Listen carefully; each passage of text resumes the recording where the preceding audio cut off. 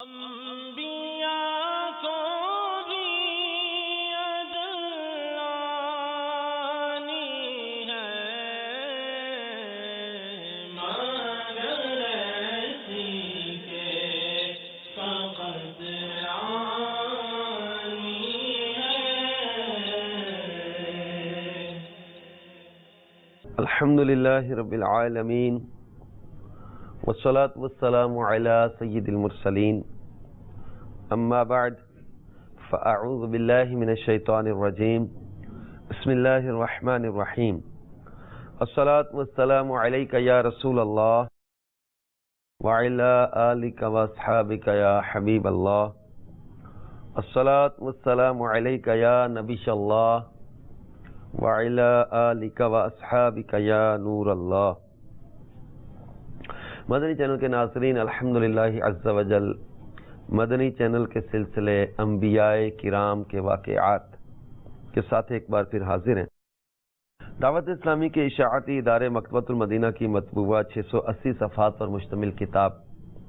مکاشفۃ القلوب صفحہ 78 پر حجت الاسلام حضرت سیدنا امام محمد غزالی رحمۃ اللہ تعالی علیہ نقل فرماتے ہیں،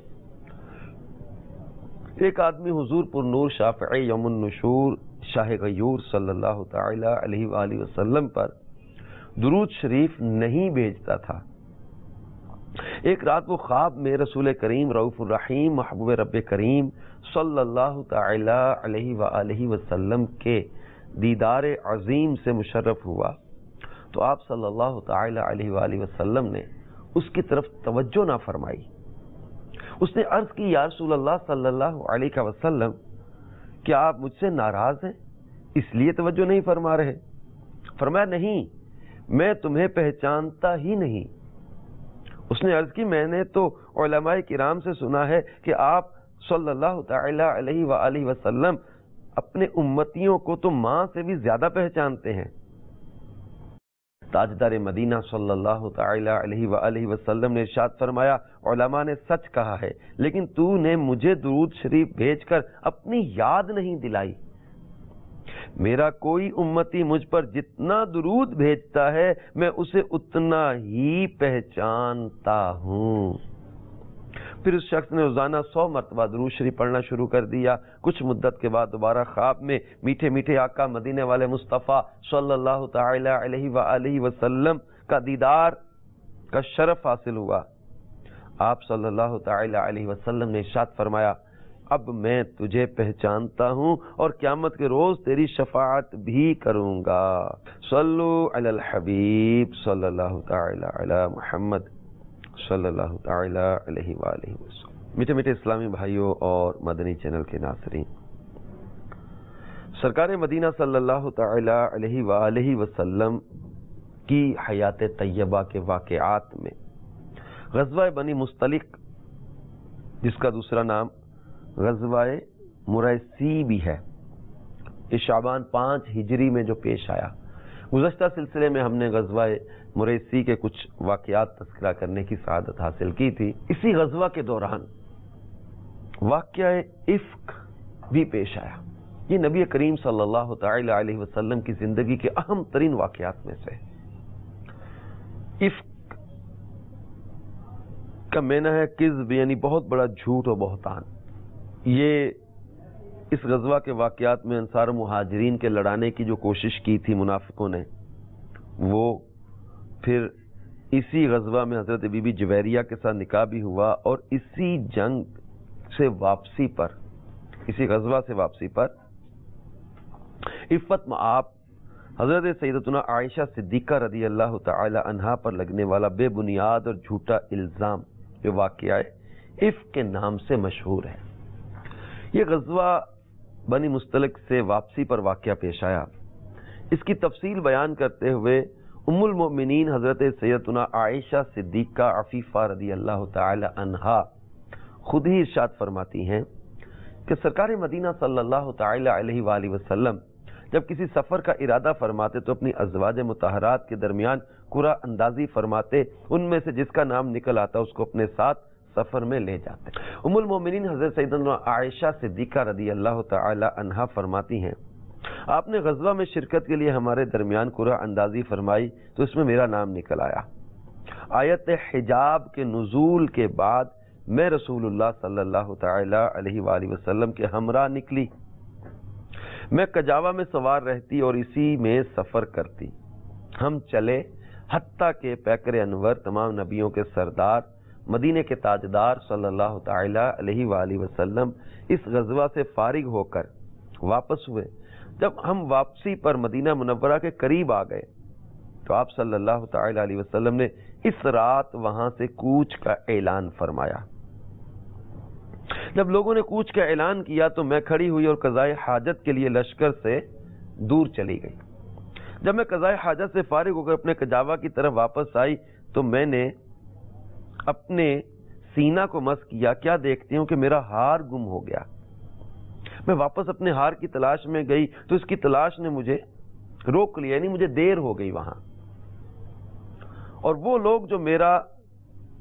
کجاوا اٹھاتے تھے انہوں نے میرا کجاوا اٹھایا اور جس اونٹ پر سوار تھی اس پر رکھ دیا۔ ان کا خیال تھا کہ میں ہودج یعنی کجاوے کے اندر ہوں، اور وہ کجاوے کے اندر پردے میں تھی۔ اب انہوں نے سمجھا کہ بی بی عائشہ صدیقہ اندر ہے، اب یہ ہار تلاش کرنے میں ان کو دیر ہو گئی۔ انہوں نے اونٹ پر کجاوا رکھا۔ اب لوگوں نے ہودج کے اٹھاتے اس کو اونٹ پر رکھتے ہوئے جو ہے وہ اس کے ہلکے پن کا احساس بھی نہ ہوا ان کو، کیونکہ فرماتی میں اس وقت نوعمر تھی۔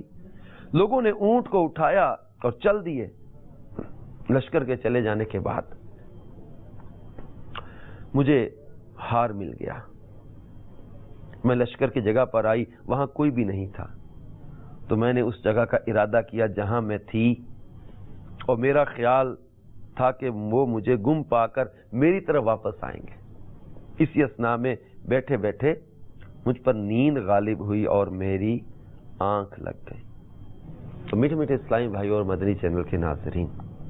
بی بی عائشہ صدیقہ رضی اللہ تعالی عنہا بہت پریشان اور غمگین ہو گئی کہ یہ قافلہ تو چلا گیا۔ آپ فرماتی میں اسی جگہ پر جا کر بیٹھ گئی کہ جب اگلی منزل پر مجھے نہیں پائیں گے تو پھر واپس آئیں گے مجھے لینے کے لیے۔ اب بیٹھے بیٹھے آنکھ لگ گئی۔ ایک صحابی جن کا نام حضرت صفوان بن معطل رضی اللہ تعالیٰ تھا، وہ ہمیشہ لشکر کے پیچھے پیچھے اس خیال سے چلا کرتے تھے کہ لشکر کا گرا پڑا سامان اٹھاتے چلیں۔ جب وہ پچھلی منزل سے اس منزل کی طرف آئے تو بی بی عائشہ صدیقہ رضی اللہ تعالی عنہا کو دیکھا، اور چونکہ پردے کی آیت نازل ہونے سے پہلے وہ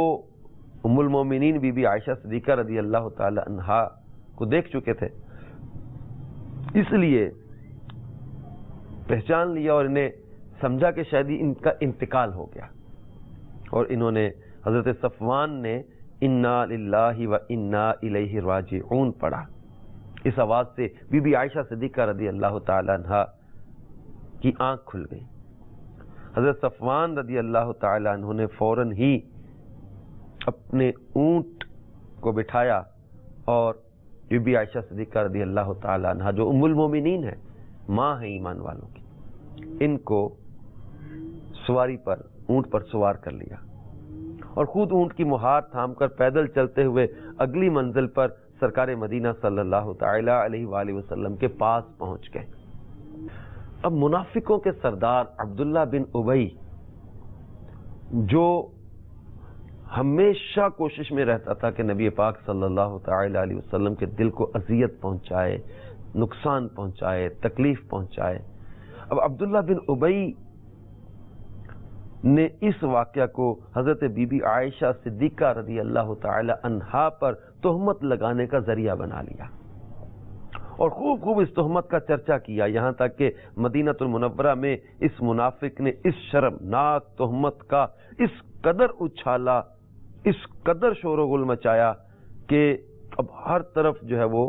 یہی چیم و گوئیاں ہونے لگ گئی۔ اس عبداللہ بن ابی منافق نے اتنا شور و غل کیا، اتنا اس کا ایشو بنایا، یہ فتنہ پھیلانے میں اس بدبخت نے پورا زور لگایا۔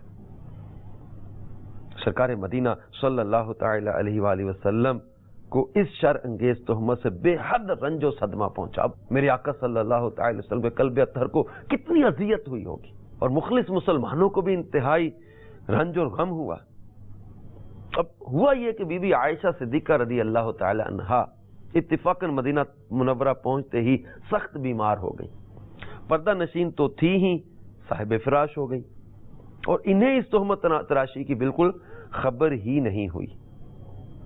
گو کہ سرکار مدینہ صلی اللہ تعالی علیہ وآلہ وسلم کو بی بی عائشہ صدیقہ رضی اللہ تعالی عنہا کی پاک دامنی کا پورا علم و یقین تھا، مگر چونکہ اپنی بیوی کا معاملہ تھا اس لیے سرکار صلی اللہ تعالی علیہ وآلہ وسلم نے اپنی طرف سے اپنی زوجہ کی براءت اور پاک دامنی کا اعلان کرنا مناسب نہیں سمجھا، تو وحی الہی کا انتظار فرمانے لگے. اور اس درمیان سرکار صلی اللہ تعالی علیہ وسلم اپنے مخلص صحابہ سے اس معاملہ میں مشورہ فرماتے رہے تاکہ ان لوگوں کے خیالات کا کچھ پتہ چل سکے. جیسا کہ احادیث مبارکہ میں ہے کہ جب سیدنا فاروق اعظم رضی اللہ تعالی عنہ سے سرکار علیہ الصلوۃ والسلام نے اس تہمت کے بارے میں گفتگو فرمائی تو انہوں نے عرض کیا، یا رسول اللہ صلی اللہ علیہ وسلم، یہ منافق یقیناً جھوٹے ہیں، اس لیے کہ جب اللہ تعالیٰ کو یہ گوارا نہیں ہے کہ آپ صلی اللہ تعالی علیہ وآلہ وسلم کے جسم اطہر پر ایک مکھی بھی بیٹھ جائے، کیونکہ مکھی نجاستوں پر بیٹھتی ہے، تو بھلا جو عورت ایسی برائی کی مرتکب ہو خداوند قدوس کب اور کیسے برداشت فرمائے گا کہ وہ آپ صلی اللہ تعالی علیہ وسلم کی زوجیت میں رہ سکے. حضرت عثمان غنی رضی اللہ تعالیٰ عنہ نے بھی ایسی عقیدت اور محبت کے جذبات کا اظہار کیا. جب سرکار صلی اللہ تعالی علیہ وسلم نے ان سے تذکرہ کیا تو حضرت عثمان غنی رضی اللہ تعالیٰ عنہ نے کہا، یا رسول اللہ صلی اللہ علیہ وسلم، جب اللہ تعالیٰ نے آپ کے سایہ کو زمین پر نہیں پڑنے دیا تاکہ اس پر کسی کا پاؤں نہ پڑ جائے، تو بھلا اس معبود برحق کی غیرت کب یہ گوارا کرے گی کہ کوئی انسان آپ کی زوجہ محترمہ کے ساتھ ایسی قباحت کا مرتکب ہو سکے. حضرت علی المرتضیٰ شیر خدا کرم اللہ تعالی وجہہ الکریم نے یہ گزارش کی کہ یا رسول اللہ صلی اللہ تعالی علیہ وآلہ وسلم، ایک مرتبہ آپ کی نالین اقدس میں نجاست لگ گئی تھی تو اللہ تعالیٰ نے حضرت جبرائیل علیہ السلام کو بھیج کر آپ کو خبر دی کہ آپ اپنی نالین اقدس کو اتار دیں. اس لیے بی بی عائشہ صدیقہ رضی اللہ تعالی عنہا معاذ اللہ اگر ایسی ہوتی تو ضرور اللہ تعالیٰ آپ پر وہی نازل فرما دیتا کہ آپ ان کو اپنی زوجیت سے نکال دیں. حضرت ابو ایوب انصاری رضی اللہ تعالیٰ عنہ، انہوں نے جب یہ منافقین کا شور وغیرہ اور اس شرارت اور تہمت کی خبر سنی تو آپ اپنی بیوی سے کہنے لگے، اے میری بیوی، تو سچ بتا، اگر صفوان کی جگہ میں ہوتا تو کیا تو یہ گمان کر سکتی ہے کہ میں حضور صلی اللہ تعالی علیہ وسلم کی حرم پاک کے ساتھ ایسا کر سکتا تھا؟ تو ان کی زوجہ نے جواب دیا کہ اگر حضرت عائشہ کی جگہ میں رسول اللہ صلی اللہ تعالی علیہ وسلم کی بیوی ہوتی تو خدا کی قسم میں بھی کبھی ایسی خیانت نہیں کر سکتی تھی. تو پھر حضرت عائشہ جو مجھ سے لاکھوں درجے بہتر ہے اور حضرت صفوان جو بدرجہ تم سے بہتر ہیں، بھلا کیوں کر ممکن ہے کہ یہ دونوں ایسی خیانت کر سکتے؟ بخاری شریف میں ہے کہ سرکار مدینہ صلی اللہ تعالی علیہ وسلم نے اس معاملہ میں حضرت علی المرتضیٰ اور حضرت اسامہ رضی اللہ تعالی عنہ سے مشورہ طلب فرمایا تو حضرت اسامہ نے فوراً کہا، اہلک ولا نعلم الا خیرا، کہ یا رسول اللہ صلی اللہ علیہ وسلم وہ آپ کی زوجہ ہیں اور ہم انہیں اچھی ہی جانتے ہیں. حضرت علی المرتضیٰ نے یہ جواب دیا کہ یا رسول اللہ صلی اللہ علیہ وسلم، اللہ تعالیٰ نے آپ پر کوئی تنگی نہیں ڈالی، عورتیں ان کے سوا بہت ہیں اور آپ ان کے بارے میں حضرت بریرہ سے پوچھ لیں، وہ آپ سے سچ مچ کہہ دے گی. حضرت بریرہ سے جب آپ سرکار علیہ الصلوۃ والسلام نے سوال فرمایا تو انہوں نے عرض کی، یا رسول اللہ صلی اللہ علیہ وسلم، اس ذات پاک کی قسم جس نے آپ کو رسول برحق بنا کر بھیجا ہے کہ میں نے حضرت بی بی عائشہ صدیقہ میں کوئی عیب نہیں دیکھا. پھر سرکار مدینہ صلی اللہ تعالی علیہ وآلہ وسلم نے ایک دن ممبر پر کھڑے ہو کر مسلمانوں سے فرمایا کہ اس شخص کی طرف سے مجھے کون معذور سمجھے گا یا میری مدد کرے گا جس نے میری زوجہ پر بہتان تراشی کر کے میری دل آزاری کی ہے. واللہ ما علمت علی اہلی الا خیرا، خدا کی قسم میں اپنی زوجہ کو ہر طرح کی اچھی ہی جانتا ہوں۔ وَلَقَدْ ذَكَرُوا رَجُلًا مَا عَلِمْتُ عَلَيْهِ إِلَّا خَيْرًا، اور ان لوگوں منافقوں نے اس بہتان میں ایک ایسے مرد صفوان کا ذکر کیا ہے جس کو میں بالکل اچھا ہی جانتا ہوں۔ یہ بخاری شریف کی حدیث پاک ہے۔ سرکار مدینہ صلی اللہ تعالی علیہ وسلم نے منبر پر یہ اعلان فرمایا۔ جب سرکار صلی اللہ تعالی علیہ وسلم نے یہ اعلان فرما دیا حضرت بی بی عائشہ صدیقہ رضی اللہ تعالی عنہا کے بارے میں کہ میں ان میں خیر ہی خیر دیکھتا ہوں، پاکیزگی، طہارت، عفت، پاک دامنی کا تذکرہ کیا، اور سرکار صلی اللہ تعالی علیہ وسلم کے قلب اطہر کو تکلیف بہت ہوئی، دن کچھ گزرے، لیکن سرکار صلی اللہ تعالی علیہ وسلم نے فوراً ہی فیصلہ نہیں سنایا۔ بی بی عائشہ صدیقہ کی پاک دامنی کا آپ کو یقین تھا، لیکن اس میں حکمت جو محدثین نے بیان کی ہے، سرکار دو عالم صلی اللہ تعالی علیہ وسلم ایک تو یہاں اپنی زوجہ کا معاملہ ہے، منافقین اس کو اور ایشو اور رنگ دیں گے، دوسرا یہ سرکار دو عالم صلی اللہ تعالی علیہ وسلم کی نگاہ نبوت، آپ کا علم غیب کہ اللہ کے حبیب صلی اللہ تعالی علیہ وسلم سورہ نور کی مقدس آیات کا اترنا دیکھ رہے تھے، جو اللہ تبارک و تعالی اپنے محبوب کریم صلی اللہ تعالی علیہ وسلم کی پاک زوجہ کی جو ہے وہ براعت اور پاک دامنی اور ان کی شان و عظمت میں نازل فرمانے والا ہے۔ میرے آقا صلی اللہ تعالی علیہ وسلم وہی کے انتظار میں، سرکار دو عالم صلی اللہ تعالی وسلم کو پورا یقین اور علم تھا۔ اب دیکھیں بعض اوقات شیطان وسوسہ ڈالتا ہے کہ حضور علیہ الصلوۃ والسلام کو اگر علم ہوتا تو اب اتنے دن خاموش کیوں رہے۔ اب یہاں پر کیا حضرت عمر رضی اللہ تعالیٰ کو علم نہیں ہے جو یہ کہہ رہے ہیں کہ یا رسول اللہ صلی اللہ علیہ وسلم بی بی عائشہ صدیقہ پاک دامن ہے؟ کیا حضرت عثمان غنی نے حضرت بی بی عائشہ کی پاک دامنی کی گواہی نہیں دی؟ حضرت علی المرتضیٰ نے بی بی عائشہ صدیقہ کی پاک دامنی کی گواہی نہیں دی؟ حضرت اسامہ نے بی بی عائشہ صدیقہ کی پاک دامنی کی گواہی نہیں دی؟ ان کو علم ہے، میرے آقا صلی اللہ تعالی علیہ وسلم کو کیا علم نہیں؟ اللہ کے محبوب کی خاموشی یہاں لا علمی کے لیے وجہ سے نہیں ہے، حکمتوں پر مبنی ہے۔ اور میرے آقا صلی اللہ تعالی علیہ وآلہ وسلم نے برسر منبر قسم کھا کر بی بی عائشہ صدیقہ کی اچھائی کا مجمع عام میں جو ہے وہ اعلان فرمایا۔ اس میں محدثین نے ذکر کیا کہ پہلے پیارے آقا صلی اللہ تعالی علیہ وسلم اعلان عام نہ فرمانے میں وجہ یہی تھی کہ اپنی بیوی کی پاک دامنی کا اپنی زبان سے اعلان کرنا خود مناسب نہیں خیال فرما رہے تھے۔ جب حد سے زیادہ منافقین نے شور و غوغا شروع کر دیا تو آپ نے برسر منبر اپنے خیال اقدس کا اظہار فرما دیا، مگر اب بھی اعلان عام کے لیے آپ وحی الہی کا انتظار فرماتے رہے کہ بی بی عائشہ صدیقہ رضی اللہ تعالی عنہا سفر سے آتے بیمار ہو کر صاحب فراش ہو گئی تھی، اس لیے وہ اس بہتان کے طوفان سے بالکل ہی بے خبر تھی۔ اب جب ان کو پتا چلا تو بی بی عائشہ صدیقہ رضی اللہ تعالی عنہا کو اتنا دھچکا لگا،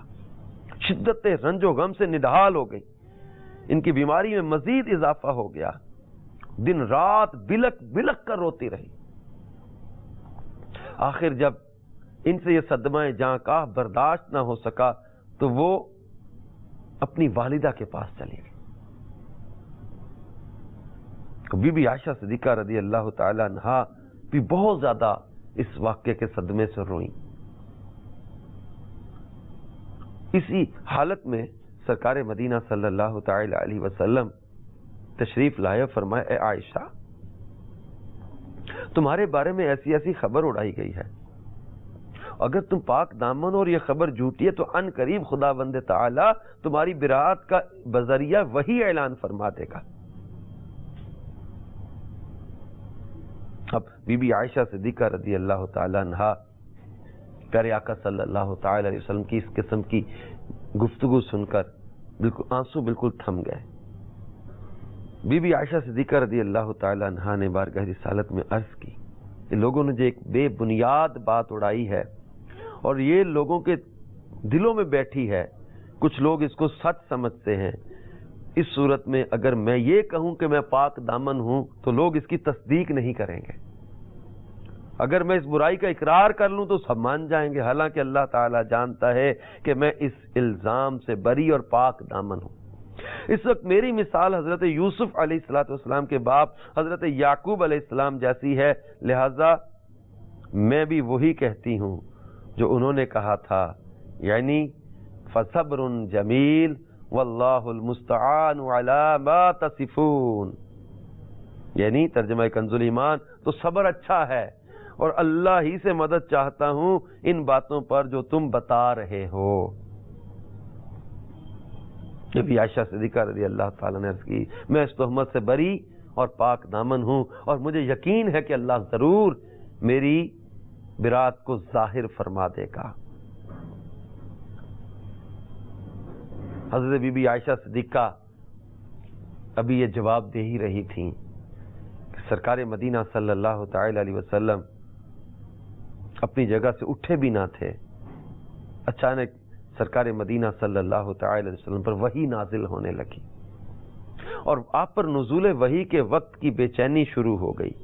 اور باوجود کہ شدید سردی کا وقت تھا مگر پسینے کے قطرات موتیوں کی طرح آپ کے بدن سے ٹپکنے لگے۔ جب وحی اتر چکی تو سرکار مدینہ صلی اللہ تعالی علیہ وسلم نے مسکراتے ہوئے ارشاد فرمایا، عائشہ تم خدا کا شکر ادا کرتے ہوئے اس کی حمد کرو کہ اس نے تمہاری پاکیزگی کا اعلان فرما دیا، کہ اللہ تعالیٰ نے تمہاری برات اور پاک دامنی کا اعلان فرما دیا۔ اور پھر آپ صلی اللہ تعالی علیہ وسلم نے قرآن پاک کی سورہ نور میں سے 10 آیتوں کی تلاوت فرمائی۔ ان آیات کے نازل ہونے سے منافقوں کا منہ کالا ہو گیا، تو اللہ تبارک و تعالیٰ نے بی بی عائشہ صدیقہ رضی اللہ تعالی عنہا کی پاک دامنی کے لیے سورہ نور کی یہ آیات نازل فرمائی، اور سرکار صلی اللہ تعالی علیہ وسلم نے بی بی عائشہ صدیقہ سے فرمایا تم اللہ کی حمد و ثنا کرو، اللہ کی حمد کرو جس نے تمہاری برات اور پاک دامنی کا اعلان کیا۔ اور یہاں سیدہ طیبہ بی بی عائشہ صدیقہ رضی اللہ تعالی عنہا کی عظمت ظاہر ہوتی ہے کہ بارگاہ الہی میں حضرت بی بی عائشہ صدیقہ ام المومنین کا مقام و مرتبہ کیا ہے۔ ہماری ماں جی سیدہ طیبہ بی بی عائشہ صدیقہ رضی اللہ تعالی عنہا کا مقام و مرتبہ قرآن پاک کی ان آیات سورہ نور کی ان پاک آیات سے ظاہر ہو رہا ہے کہ جب حضرت یوسف علیہ نبینا علیہ الصلوۃ والسلام پر جب وہ تہمت کا قصد کیا، اب جو ہے وہ بچے کی گواہی آ گئی، حضرت بی بی مریم پر جب تہمت لگنے لگی تو ایک دن کے حضرت عیسیٰ علیہ نبینا علیہ الصلوۃ والسلام بولتے ہیں، ان کی پاک دامنی کا اعلان کرتے ہیں، بچے کی گواہی حضرت یوسف علیہ الصلوۃ والسلام کی پاک دامنی کے لیے، لیکن ام المؤمنین حضرت سیدتنا عائشہ صدیقہ رضی اللہ تعالی عنہا ان کی پاکیزگی کا اعلان خود خالق کائنات جل جلالہ نے فرمایا، اور یوں سرکار مدینہ صلی اللہ تعالی علیہ وآلہ وسلم کی پیاری زوجہ محترمہ بی بی عائشہ صدیقہ رضی اللہ تعالی عنہا کی پاک دامنی ظاہر کی گئی۔ منافقین نے اس واقعہ عفت کو دلیل بنا کر بی بی عائشہ صدیقہ کی دامن عفت کو داغدار ثابت کرنا تھا، اور مقصود اصلی نبی امی مکی مدنی آقا صلی اللہ تعالی علیہ وسلم کی شان کو عیب لگانے کی ناپاک جسارت تھا، لیکن بد نصیبوں کو منہ کی کھانا پڑی جب سیدنا جبریل امین حضرت عائشہ صدیقہ عفیفہ رضی اللہ تعالی عنہا کی ہر برائی سے براءت کی سند پر مشتمل 10 آیات قرآنیہ لے کر بارگاہ رسالت میں حاضر ہو گئے۔ جب یہ آیات لوگوں میں تلاوت ہوئیں،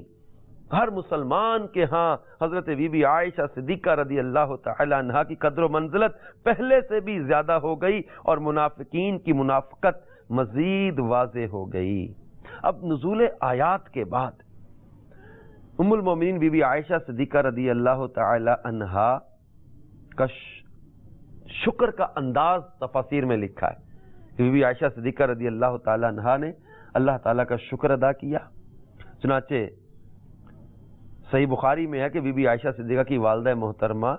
سیدتنا ام رومان سے مروی ہے کہ آپ فرماتی جب اللہ عز و جل نے عائشہ رضی اللہ تعالی عنہا کی براءت نازل فرمائی تو آپ نے حضور صلی اللہ تعالی علیہ وآلہ وسلم سے عرض کی بحمد اللہ لا بحمد احد ولا بحمدک، یعنی میں اللہ ہی شکر ادا کرتی ہوں، آپ کا شکر ادا کرتی ہوں، نہ کسی اور کا۔ میرے پیارے اسلامی بھائی اور مدنی چینل کے ناظرین، آج کے دور میں بھی مختلف قسم کے گناہ جو معاشرے میں عام ہو چکے ہیں، انہی میں ایک کسی کی جو ہے وہ پاک دامنی پر تہمت لگانے کا عیب بھی ہے۔ یہ برائی بھی معاشرے میں عام ہوتی جا رہی، بدگمانی، جھوٹی الزام تراشی، تہمت، بہتان، اپنے نفس کی لذت کے لیے کسی مسلمان کی عزت کو خراب کرنا، کسی مسلمان کے دل کو تکلیف اور اذیت پہنچانا محض شک کی بنا پر، بدگمانی کرتے ہوئے، بدگمانی حرام، شک کو حدیث میں فرمایا بڑا جھوٹ ہے یہ۔ اب چھوٹی چھوٹی باتوں کو ہم تانے بانے جوڑ کے اپنے ذہن میں ایک واقعہ بنا لیتے ہیں، ایسا نہیں کرنا چاہیے۔ بدگمانی سے بچیں، ایذائے مسلم سے بچیں، کسی مسلمان کو اذیت دینا حرام ہے اور کسی مسلمان کو تکلیف پہنچانا گناہ ہے۔ تو لوگوں پر گناہ کی تہمت لگانے والوں کو ڈر جانا چاہیے۔